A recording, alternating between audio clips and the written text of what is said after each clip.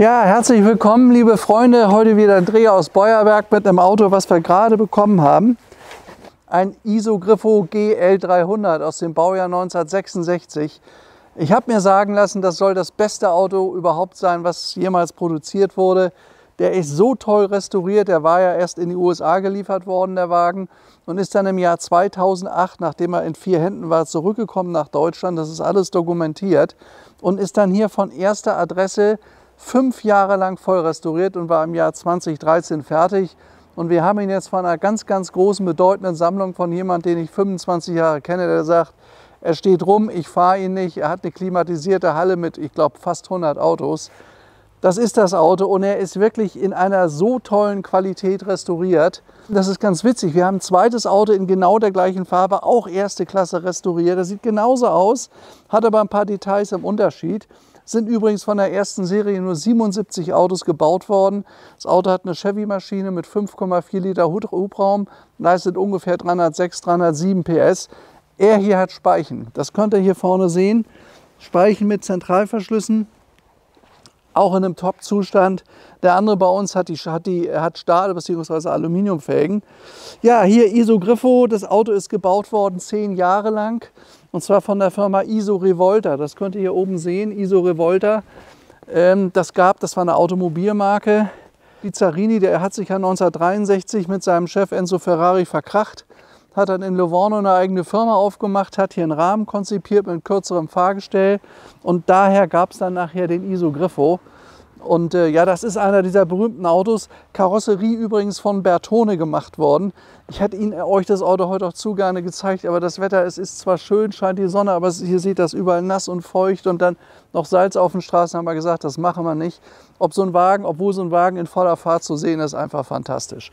Ja, das ist das Auto. 5 Jahre lang restauriert worden. Also Zustand, ich sag mal, ist dicht bei einer 1, der ist wirklich fantastisch. Und schaut euch das mal an. Also ob das hier oben im Chrom ist, hier das sind die Ausstellfensterchen, die gab es ja damals noch. Schaut euch mal hier die Chromleisten an. Schaut euch mal den Lack an, der einmalig lackiert wurde, der Wagen. Und hier das Spaltmaß, das ist einfach sensationell. Auch die ganzen Details am Auto sind wirklich neuwertig. Hier wie die Haube sitzt. Also der Wagen ist absolut top restauriert. Das Auto hat übrigens ein Händlerkollege von uns nach der Restaurierung verkauft. Und wir haben noch seine Seitenbeschreibung von 2014 gefunden. Da beschreibt er das genauso. Ist der Beste, der ihm bekannt ist, ist von einer sensationellen Güte gemacht. Und das muss ich wirklich auch bestätigen. Es gab übrigens von der ersten Serie nur 77 Fahrzeuge, von insgesamt nur 400, die sie gebaut haben. Und ich sag mal, ist eine Bertone-Karosserie von Giugiaro gemacht, ganz bekanntes Talent seiner Zeit. Ist einer der schönsten Formen überhaupt. Schaut euch das mal an. Denn oft ist das Problem, dass diese Autos runtergeritten waren. Es kostet dann Vermögen, den so machen zu lassen. Es dauert auch jahrelang, bis so ein Wagen fertig ist. Und man hat hier die einmalige Chance, ein Auto in der Qualität zu kaufen, wo man wirklich sagen kann, also eins gibt es ja nicht, nach meinem Dafürhalten, der ist aber ziemlich dicht dran. Also der hat eine Qualität, da hat sich jemand so viel Mühe gegeben und auch jemand, da konnte sich auch jemand die Mühe geben, weil der hat es verstanden, das richtig zusammenzubauen. Schaut euch das mal an. Also hier vorne die beiden Endrohre übrigens, hat ja eine 8-Zylinder-Maschine, hat einen irren Sound, das zeigen wir euch gleich mal.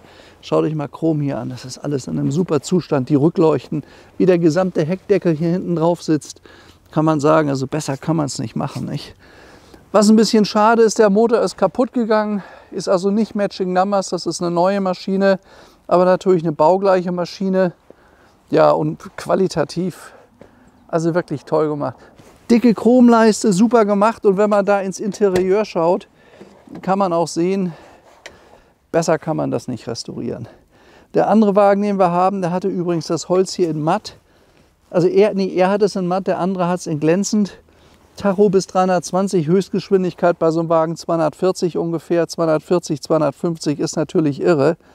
Aber ich kann euch sagen, wenn ihr da schaltet, ist übrigens ein ZF-Getriebe aus Friedrichshafen. Also das Auto lässt sich wirklich toll fahren. Ja, ich möchte euch mal noch was zeigen. Also das Auto hat eine wirklich tolle Akte. Kleinen Moment. Das hat man noch sehr, sehr liebevoll alles gemacht. Es ist wirklich alles dabei hier. Das ist der Ordner. Es ist ein GL300 von der ersten Serie. Hier ist der Kfz-Brief. Hier ist nochmal erklärt, 66er Baujahr.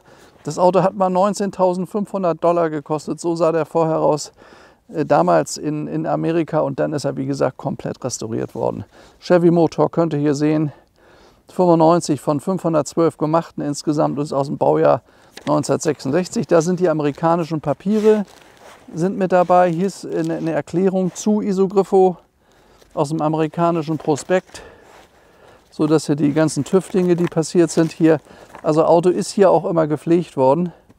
Ursprüngliche Auslieferung war silberschwarzes Leder. In den USA war dann rot-schwarzes Leder, dunkelblau-beiges Leder. Es war ja an 4 Händen in Amerika. Jetzt ist er hellblau metallic beiges Leder. Sieht natürlich sehr, sehr fein und sehr, sehr edel aus. Kann man nicht anders sagen.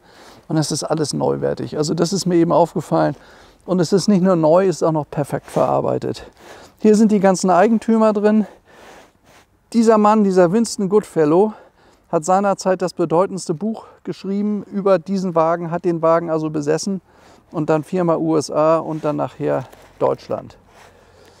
Ja, was das ist, weiß ich nicht. Von Isogriffo selber, das weiß ich gar nicht, was das ist hier. Datenblatt sozusagen. Ist das ISO-Datenblatt? Hier sind jede Menge Rechnungen dabei. Hier ist genau beschrieben, was alles gemacht wurde mit dem Auto. Also ihr könnt sehen, eine sehr, sehr dicke Rechnung. Und was ich halt gut finde, ist, es ist in Deutschland gemacht worden mit deutschen Rechnungen. Und in Deutschland auch wirklich alles toll beschrieben worden. Ja, Isogriffo GL300. Jetzt machen wir mal Folgendes. Ich setze mich mal da rein, weil der Wagen hat echt einen irren Sound. Und ich starte das Auto mal für euch. Ich zeige euch auch mal den Motor. Ach, ja. Oder wollen wir erst mal aufmachen und dann anmachen? Jetzt weiß ich. Das ist die Haube.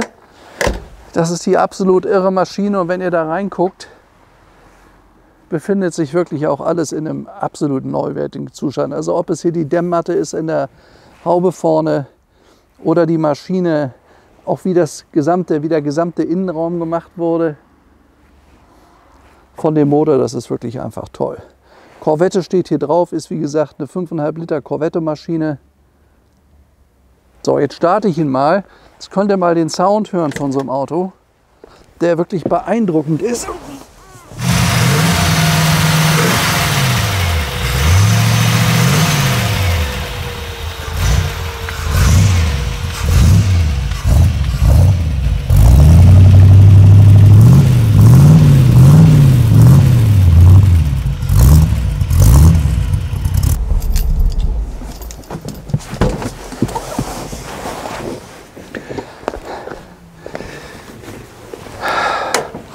Also so ein Wagen hat beschleunigt in ungefähr 8 Sekunden auf 100, hat gewogen 1,4 Tonnen und hat eben diesen kraftvollen amerikanischen V8 drin. Das hat damals Bizzarini gemacht, die haben sich die Teile zusammengesucht. Auto ist 10 Jahre gebaut worden, es gab nur gut 400, mehr sind nicht gebaut worden.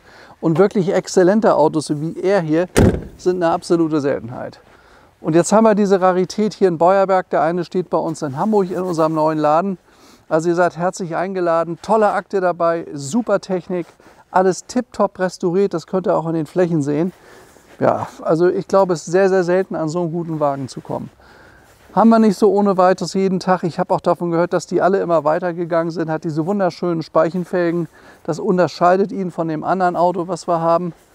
Er ist genauso, wie er da steht, auch zur Welt gekommen. Also er ist nicht umgebaut von rechts auf links oder irgendwelche anderen Dinge. Nur es hat nicht Matching Numbers, weil der Motor mal zwischendrin kaputt gegangen ist. Aber gut, Chevy-Motoren gibt es ja doch einige, das ist also nicht so ein großes Problem. Habe ich jetzt noch was vergessen? Die Innenausstattung kann man noch mal zeigen. Innenausstattung. Hier vorne ist die Uhr, Amperemeter, Wassertemperatur, Drehzahlmesser, also ich sage mal über 5000 fährt man ja eigentlich gewöhnlich nicht, hat eine Riesenkraft, einen riesen Drehmoment. Öldruck und hier vorne Tachometer bis 320, daran könnt ihr sehen, dass so ein Wagen wirklich richtig schnell war. Und die 39.000 Kilometer ist ein abgelesener Kilometerstand.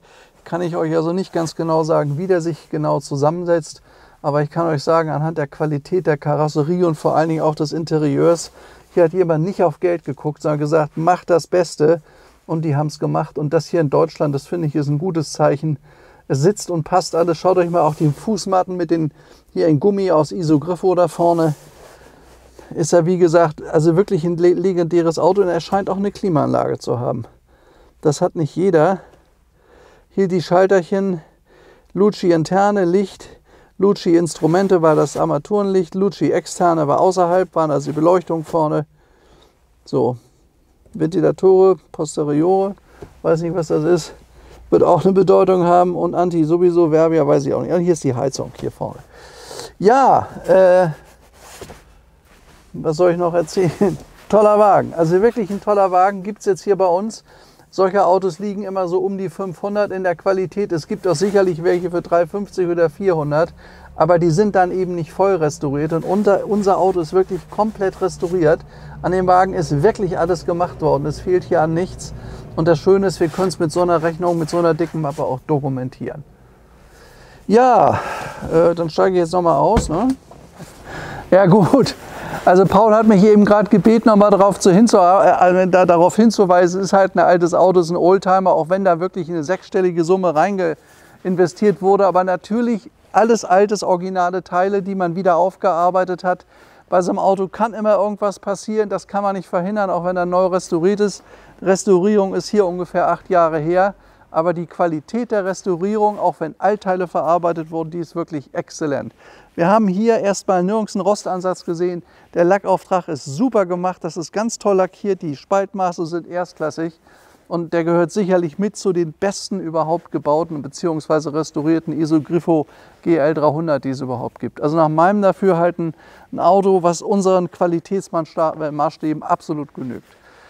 Ja, in diesem Sinne aus dem kühlen Beuerberg heute, wir haben vielleicht 2 Grad gerade mal, wünsche ich euch alles Gute. In Kürze ist ja Neujahr, da werden wir weitermachen mit den Filmen. Jetzt hier auch in Hamburg, wie ihr wisst, wir suchen noch ein paar Kollegen, hatte ich ja letztes Mal gesagt. Ich wünsche euch alles Gute. In diesem Sinne verbleibe ich, wünsche ein frohes neues Jahr, einen guten Rutsch da rein. Euer Stefan Luftschitz, bis zum neuen Jahr und ciao.